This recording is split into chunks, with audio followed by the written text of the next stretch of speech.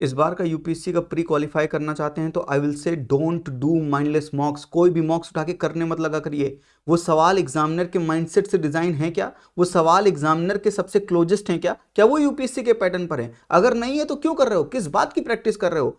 आप एग्जामिनेशन में मॉक्स क्यों लगाते हैं? ताकि आप एग्जामिनर के माइंडसेट की प्रैक्टिस कर सकें। वो सवाल जो एग्जामिनर के सबसे क्लोजेस्ट हो, जो थीम पर बेस्ड हो, जो प्रीवियस ईयर क्वेश्चंस पर बेस्ड हो, जो यूपीएससी के पैटर्न पर बेस्ड हो, वो सवाल करिए। और ऐसा सवाल मैं आपको दिखाता हूं जो मैंने आपके लिए फ्रेम किया है। ये सवाल करके देखिए। ये यूपीएससी की एक इंपॉर्टेंट थीम है प्रियम्बल, वहां से डिजाइन किया गया है। यूपीएससी की एक बड़ी इंपॉर्टेंट थीम है बेसिक स्ट्रक्चर डॉक्ट्राइन। उन दोनों को मर्ज करके, थीम्स को मर्ज करके मैंने सवाल पूछा है। ये सवाल पढ़िए, इसका जवाब मुझे कमेंट में दीजिए।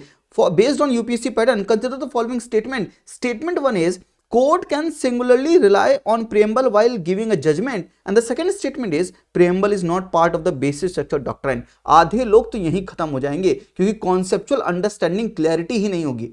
क्या कोर्ट प्रियम्बल पर सिर्फ निर्भर करके, only on the basis of preamble कोई जजमेंट दे सकता है court? Answer is no. Court को प्रियम्बल के साथ साथ किसी और आर्टिकल की मदद लेनी पड़ेगी। तो पहला स्टेटमेंट गलत है, बिल्कुल। सेकंड, क्या प्रियम्बल पार्ट है बेसिक स्ट्रक्चर डॉक्ट्राइन का? बिल्कुल नहीं पार्ट है। तो preamble is not the part of the basic structure doctrine. तो सेकंड स्टेटमेंट सही है। प्रियम्बल कॉन्स्टिट्यूशन का पार्ट है, बेसिक स्ट्रक्चर डॉक्ट्राइन का पार्ट नहीं है। लेकिन प्रियम्बल में कुछ वर्ड्स अंदर लिखे हैं, वो बेसिक स्ट्रक्चर का पार्ट है। For example secularism. I hope you got my point. इसका आंसर क्या हो जाएगा? पहला स्टेटमेंट गलत है, दूसरा सही है। इसका मतलब इसका आंसर है डी। ऐसे सवाल करिए और यूपीएससी में परफेक्शन लाने के लिए, प्रीलिम्स क्वालिफाई करने के लिए हमारा प्रीलिम परफेक्शन प्रोग्राम एक बार ज्वाइन कीजिएगा। ये प्रोग्राम कर लिया इस बार तो प्री में क्वालिफाई होने की मैक्सिमम प्रोबेबिलिटी होगी आपकी। Thank you.